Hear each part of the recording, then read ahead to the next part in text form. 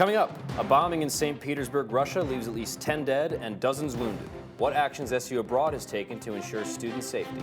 And what changes Student Association has made to allow everyone to access their bike share program. Syracuse saw warmer temperatures and sunshine today, but rain clouds and snow flurries are moving in. I'll tell you when's the next time you'll see the sun in my full weather forecast. CitrusTV News starts right now. This is Citrus TV News live at 6, your campus news leader. At least 10 people have been killed from an explosion on a subway train in St. Petersburg, Russia today. Good evening, I'm Alex Amico. And I'm Brooke Glatz. At this hour, Russian police have found and deactivated a second bomb at another St. Petersburg subway station. SU Abroad says that one Syracuse student is studying in St. Petersburg this semester through world partner Bart University, and they have confirmed that she is safe. SU Abroad is telling her to follow guidelines issued by the U.S. State Department to stay away from the area. Updates will be posted on SU Abroad's Facebook page. Russian news reports say that a security camera has caught a person who could be responsible for the blast.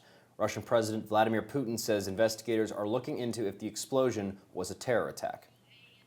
Spoken to special services with director of FSB, law enforcement and special services working and doing everything to find out the reasons of the accident, gave a full assessment of what happened, and city authorities and federal authority will take all necessary measures to provide support for families of those who died and those who suffered. The campaign for next year's Student Association president is heating up. Last night, the two candidates squared off in a televised debate, and Citrus TV's Zachary Levine has a recap. Here at the SA presidential debate in Newhouse, James Franco took on Tyler Rossi, political outsider. James has been in the organization over 3 years now. If you're going to be proactive about situations, these should have been addressed before they even happened.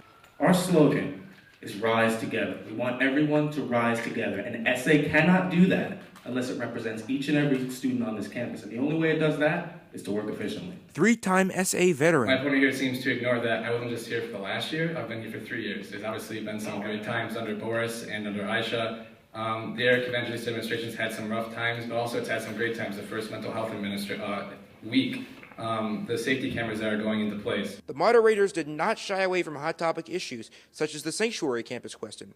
Becoming a sanctuary campus makes us less safe. It makes us less safe. Not only does it put us on the radar, not only does it put us on the map and as a target, but all federal dollars given to this university and given to you, me, and everyone else alike are in jeopardy. To begin, I think that shows a lack of understanding of what a sanctuary campus is, if you're going to say it that way. That is exactly not what a sanctuary campus is. The way that it's designed, and even if you see it, even though we've never been officially declared a sanctuary campus, 75% of the things that we laid out in that document of what make it up have been put in place by the chancellor.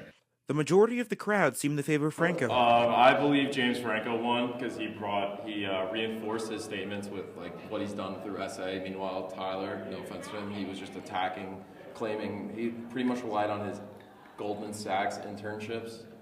And other than that, that was his grounds to stand on tonight. Zachary Levine, Citrus TV News. Seeing more teal around campus, it's the official color of Sexual Assault Awareness Month. And to kick things off, the It's On Us campaign is hosting their week of action. Rishika Jaipuriyar gives us a preview of what the week's events entail. The annual It's On Us Week of Action is once again hitting the streets of Syracuse University. The Office of Health Promotion is hosting events throughout the week to change how people think about sexual assault. This year's events include a Go Teal decorating contest, an interactive workshop, the Invisible War documentary screening, and a dialogue on culture of consent. In addition, various student centers will have tabling throughout the week, where volunteers are handing out informational pamphlets, ribbons, and bracelets. Freshman McKinley Vries said she picked up an It's On Us sticker at an information table last semester. I just know it's something really important, and it's a topic that's not really touched upon because it's such a severe topic, and I just really think that it should be spread more across the community. And I know a lot of people look at stickers on laptops and water bottles, so I thought it was a way to remind myself of the organization and also remind other people. Tomorrow, the campaign is encouraging students and staff to wear teal in support of survivors. According to the National Sexual Violence Resource Center, survivors can face long-term health consequences, such as PTSD and depression. There's also an economic cost, from medical expenses to diminished work performance. A week that people can really focus on it and have like the ability to talk about it in a group or in like a small setting is really important to me, I think, because it's just like it needs to be talked about, and if maybe some people just take advantage of 1 week, it'll become like people will become more aware of it. But the conversation won't end after this week of action. April is Sexual Assault Awareness Month, so there will be more events to encourage dialogue on preventing sexual violence, supporting survivors, and changing how the issue is presented in media and popular culture. Rashika J. Priyar, Citrus TV News. Maxwell School professor Mirzad Barojerdi has been named an American Council on Education Fellow for the upcoming academic year. The ACE Fellows Program prepares faculty and staff for senior positions in higher education. Barojerdi is one of 46 fellows chosen nationwide from a very competitive pool of applicants. Today, Chief Facility Advisor Pete Sala announced Syracuse University's upcoming construction plans. Projects include renovations to several dorms, classroom improvements to the Hall of Languages, and replacing the floor of the Science and Technology Center. Construction for some projects is already underway, but the majority of the work will begin in a month. For a full list and status of construction, go to campusframework.syr.edu. The update did not mention construction on Irving Avenue that starts this month. Improvements will take place between Krause Hospital and the CNY Medical Center parking garage. The work will continue into most of the summer. Irving Avenue will stay open. A New Jersey Transit train derailed at New York Penn Station earlier this morning. According to the fire department, there were no serious injuries. The incident follows a similar derailment on March 24th, where an Amtrak train scraped the side of a New Jersey Transit train while pulling out of Penn Station. There were no serious injuries reported in that as well. And the annual event Own the Dome continued last night. Newly admitted students got a chance to meet their potential classmates and get a better feel for the school in this two-day event. Students arrived at the Carrier Dome at 5 p.m. last night, and some of the night's activities included a picnic, team games, and a hypnotist. The admitted students slept on the turf and spent today touring campus. And the Trans Week of Liberation kicks off today. The week of events is being hosted by the LGBT Resource Center and aims to support the trans community. The keynote event is this Thursday at 7 p.m. in the Life Sciences Building. The event features trans feminine activists CeCe McDonald and Joshua Allen. And it was a beautiful spring day here in Syracuse. We even saw some sunshine. Yeah, the Citrus Cam was outside Shine Student Center this afternoon, where some students even broke out shorts for the nice weather. Will this sun stick around? Citrus TV weather anchor Rebecca Castor is here to tell us more. Thanks, Alex and Brooke. I agree. It was a beautiful day here on campus with some warmer spring temperatures and some sunshine peeking out from behind the clouds. Similar temperatures across central New York today, hitting the low 60s, high 50s. Syracuse is currently at 61 degrees. Cortland's at 60, and then Ithaca and Binghamton are hitting 63 degrees. Taking a closer look at Syracuse, right now we're seeing partly cloudy skies outside, and then soon some rain clouds will be moving in. We should expect some rainfall to start beginning in about an hour or so, and then we're going to see rain off and on for the next 3 days. So unfortunately, today is probably one of the last days we'll see some sunshine this week, but we'll see it again back next week as well. Taking a look at our Doppler radar, we'll see all this rain coming in tonight and over the next 3 days. Showers are going to start around 7 p.m. and then much more rain coming this week. I'll let you know just how much in my full weather forecast coming up. Thanks, Rebecca. About 200 SU community members and local residents participated in the Orange Ability over the weekend. Citrus TV News' Jason Chen tells us what the Student Association is doing to add accessible bikes to the current bike share program. A day full of fun. People were at the Women's Building on Sunday playing wheelchair basketball and sled hockey.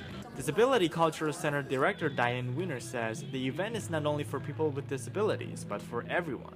And she believes this is the ongoing commitment on campus. Disability rights are part of life every day. They're not just at an event here and there, or at a gathering here and there, or even monthly or weekly. They're daily, and they're part of people's experience of the world. And it's also a day to raise awareness. Disability Student Union Lawrence Sloan says the university needs to put more efforts into meeting ADA standards. I would agree with that. I don't think it's completely ideal. I think they're taking the right steps and measures towards making everything accessible, and accessibility on campus is it's going in the right direction, but there's still a lot that needs to be improved and addressed. Another highlight of the event is that the Student Association is expanding the bike sharing program to including this one that I'm riding. Well, it's not really fair to have a cycle program that everyone can't use, right? We're here to be representatives of the student body, and we want to do that as best we can. And therefore, there's plenty of people that want to cycle around, so why not give them the ability to do that? Jordan Hayes is a person with disabilities. After trying the accessible bike for the first time, he says he has more mobility. Before they had these bikes, I'm sure it was a challenge for people with disabilities to get around on campus. I'm sure this is a much needed program. Jason Chen, CitrusTV News. The annual Salt City Cluster Spring Dog Show took place this weekend at the New York State Fairgrounds. Dogs from all over New York came to compete, and all breeds were welcome to participate. The winner for Best in Show was an Afghan Hound. Lauren Hall says the competition is fun for her and her dog. My favorite part is actually being in the ring. I mean, I enjoy grooming. It's very therapeutic, but I really like being in the ring and just showing my dog off, letting him do his thing. So it's fun. Coming up after the break, what foreign president visited the White House today with hopes of fighting terrorism and getting more aid? And it's time to select a jury for the Bill Cosby trial. What precautions the defense wants to take to avoid bias. All this and more when we return. What are you, superheroes? Just four brothers who hate bullies and love this city.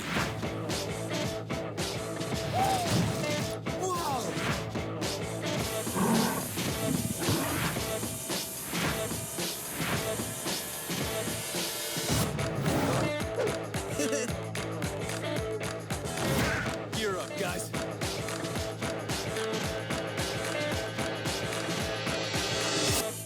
Hey, look, it's those guys. Are you good to drive? I'm fine. How many did you have? I should be fine. You should be. Go and step out of the vehicle for me. See ya, buddy. Good luck.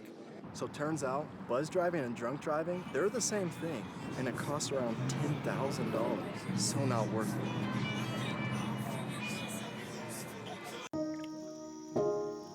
This is the story of a boy who didn't talk for a long time. The boy liked things to always be the same. Any changes would scare and upset him. The unknown was an unfriendly place. The boy was very sensitive to lights and sounds. So he built secret hiding places where they couldn't get in. The boy didn't like looking people in the eye. He wasn't trying to be mean, it just made him feel uncomfortable. Sometimes he would flap his arms again and again. One day, I found out I have something called autism. My family got me help. Slowly, I found my voice and learned all the ways I could live with it better. Early intervention can make a lifetime of difference. Learn the signs at autismspeaks.org. You're watching Citrus TV News with Alex Amico, Brooke Glatz, and Rebecca Castor with weather. Citrus TV News continues now. President Trump welcomed Egyptian President Abdel Fattah al-Sisi to the White House today. Both leaders are hoping to use the talks as a way to improve U.S.-Egypt relations that chilled during Barack Obama's presidency. Egyptian officials say al-Sisi is hoping to get the U.S. to reinstate or boost aid to his country. But Trump has made it clear that outside of Israel, foreign aid will be drastically cut. Trump says that the two presidents pledged to fight terrorism together.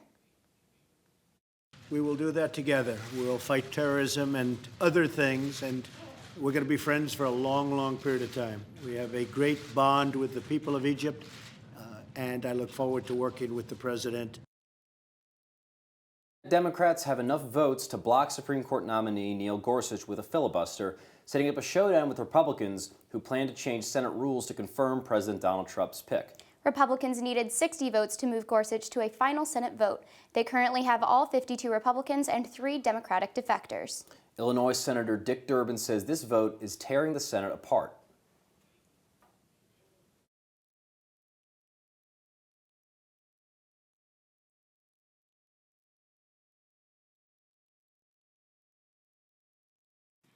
There's been a lot said about the damage that may be done to the Senate with this nomination and the votes that will be taken this week. It breaks my heart to find us in this position. I love this place. I've been here for a big part of my life. Bill Cosby's lawyers are back in court today to discuss his upcoming trial. Lawyers and prosecutors are debating the selection process for jurors. Cosby's team wants to present detailed questionnaires to potential jurors in order to remove any bias. Prosecutors believe standard procedures are perfectly fine. The hearing covered what evidence will be allowed at the trial, which is expected to begin in June. Today marks the beginning of when employers can temporarily hire foreign workers for specialty jobs. Those who are selected will receive non-immigrant visas for the duration of their employment. Last year, over 85,000 visas were given out of the 236,000 applicants. Ecuador conservative presidential candidate Guillermo Lasso is calling fraud on polling records. Lasso tweeted alleged proof on Sunday that polling records had been altered. One photo titled Original Records shows 142 votes for Lasso and 89 for Moreno. A second photo displayed opposite numbers, both for the same polling region in the city of Ambato. Lasso is currently only 2.24 percentage points behind his opponent. Coming up after the break, Rebecca Castor will join us with her full weather forecast. And later, we tell you why Canadian Prime Minister Justin Trudeau has challenged actor Matthew Perry to a fight.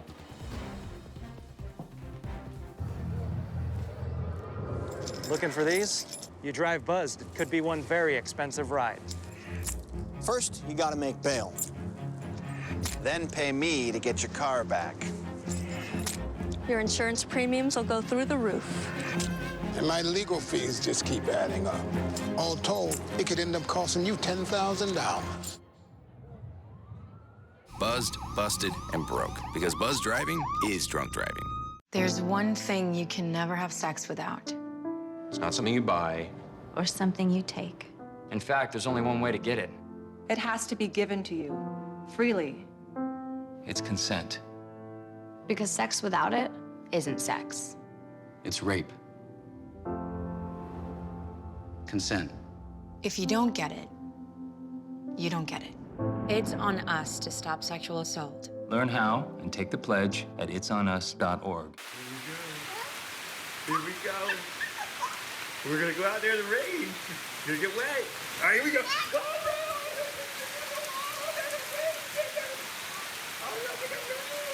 Okay, quick.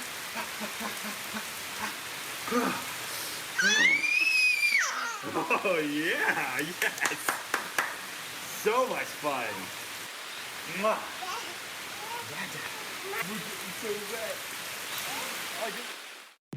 From the Citrus TV Weather Center, this is SU's most accurate weather forecast.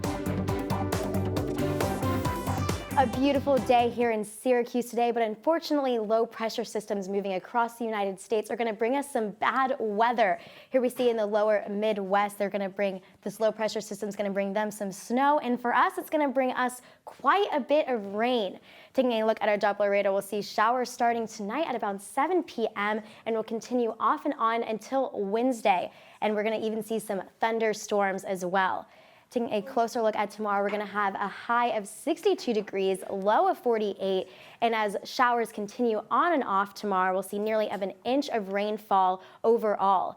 And then thunderstorms are expected to start about 1 p.m. tomorrow and continue into the evening. And then overnight, we'll just see regular showers go into the tonight and tomorrow night and go into Wednesday morning. And then with some strong winds as well tomorrow evening. It's definitely going to be a day you want to stay indoors. Your snow chance this week is pretty high. The spring weather that we saw today is going to decrease to colder temperatures. We're going to see some snow flurries come in Friday morning and then also on Saturday as well. So unfortunately, all that sunshine we saw today won't be in the forecast for the rest of this week, but we will see it coming up soon after this weekend. Taking a look at our 5-day forecast, unfortunate weather this week with rain and snow flurries. and then colder temperatures this weekend. Hopefully we'll see temperatures increase next week and that sunshine pop back out. On the other side of the break, Syracuse men's lacrosse faces the top team in the country. How the Orange fared against Notre Dame on the road, as well as a preview of tonight's NCAA men's basketball tournament championship between Gonzaga and North Carolina. That and more coming up next. Here's your check.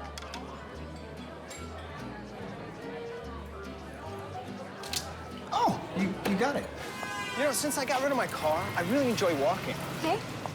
God, no. Getting pulled over for buzz driving could cost you around $10,000 in fines, legal fees, and increased insurance rates. Oh, you're home early.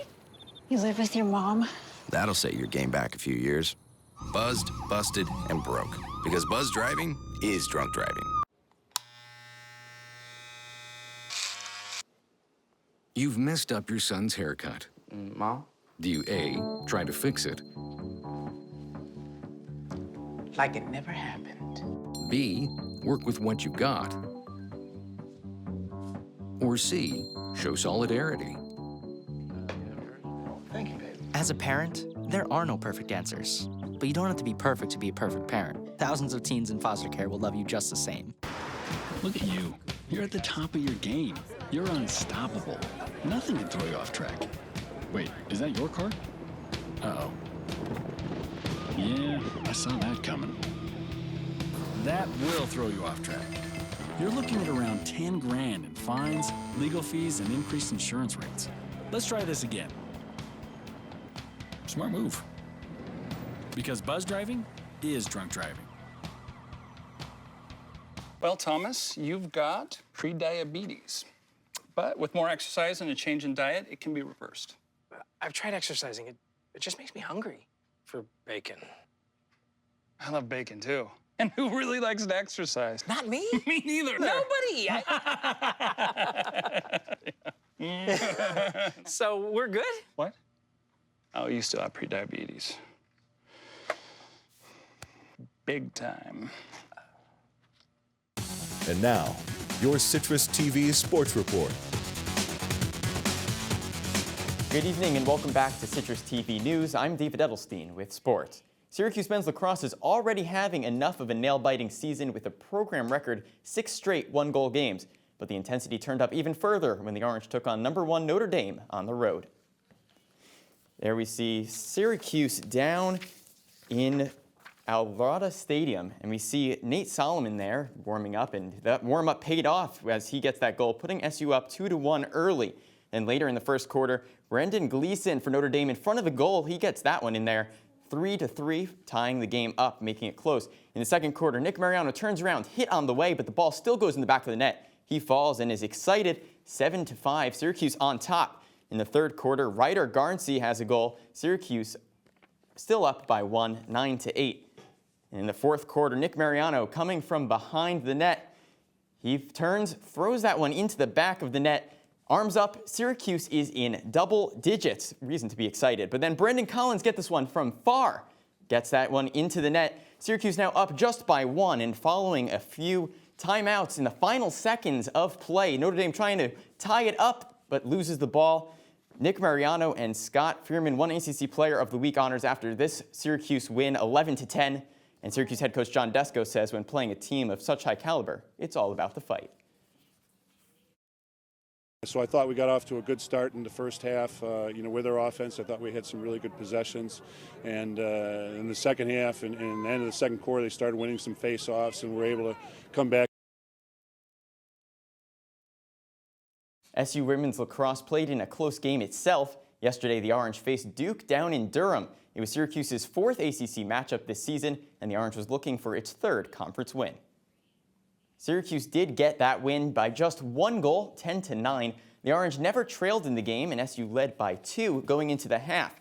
Duke tied it up within the first 6 minutes in the second half, and after a few more Syracuse goals, the Blue Devils brought the game within 1 score with under a minute and a half to play. Duke won the next draw, but then turned the ball over, and Syracuse took the game from there. 7 different players scored for the Orange in the victory. A good win for SU to regain momentum after dropping the last 2. We now know the NCAA women's basketball champions. It's the South Carolina Gamecocks who have won the tournament for the first time in program history. South Carolina defeated Mississippi State 67-55. Mississippi State dethroned four-time consecutive champion UConn in the Final Four just before that, ending the Huskies' 111-game win streak and opening the door for a new top dog, no pun intended.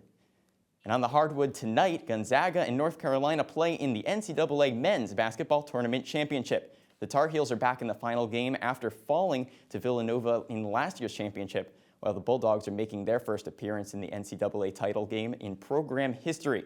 This is just the third meeting ever between these two teams. The last time they met was in the NCAA regional semifinals during March Madness 2009.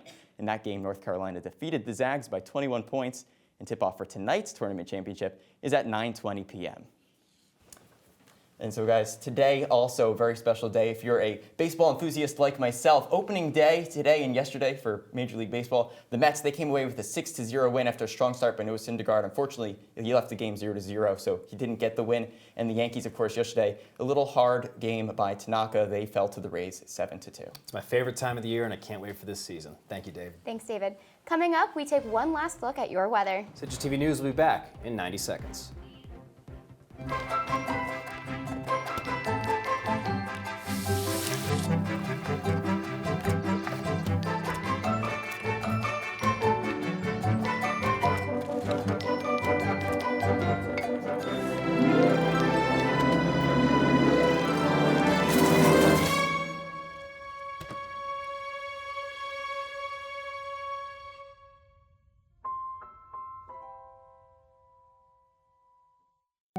They told me a bottle couldn't dream. That I would never become a superhero.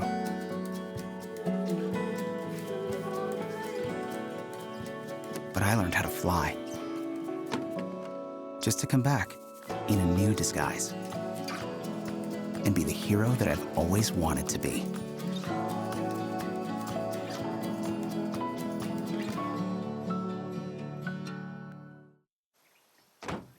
When they test you, stand firm and move only when you hear the seatbelt click that says they're buckled in for the drive. Never give up till they buckle up.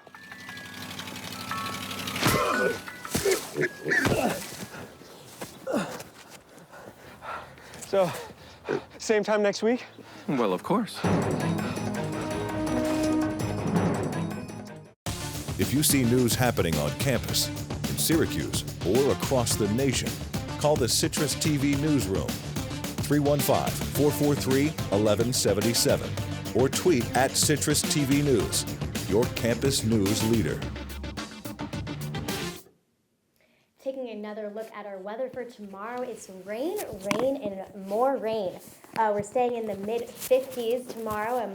Getting the highs at 58 degrees at noontime, and then afternoon thunderstorms are going to begin about 1 p.m. and continue into the evening. So definitely be sure to grab an umbrella before heading out tomorrow. Thanks, Rebecca. If you think camping out to see a game in the Dome is crazy, imagine having to camp out just to get into Chuck's. That's a situation fans down in North Carolina are facing ahead of tonight's national championship game against Gonzaga. UNC bar managers are warning fans that if they don't have a reservation, they're not going to get in to watch the game. And hopefully we'll be dealing with a similar situation here on the Hill next year. And actor Matthew Perry has finally responded to Canadian Prime Minister Justin Trudeau's challenge to a fight. The Prime Minister invited Perry to a rematch via Twitter on April Fool's Day. Trudeau's challenge follows Perry's claim that the actor beat Trudeau up years ago in school. Perry has declined Trudeau's offer. That's all the time we have for today. Thanks for joining us. I'm Brooke Glatz. And I'm Alex Amico. For News 24/7, follow us on Twitter at Citrus TV News and visit our website, citrustv.com.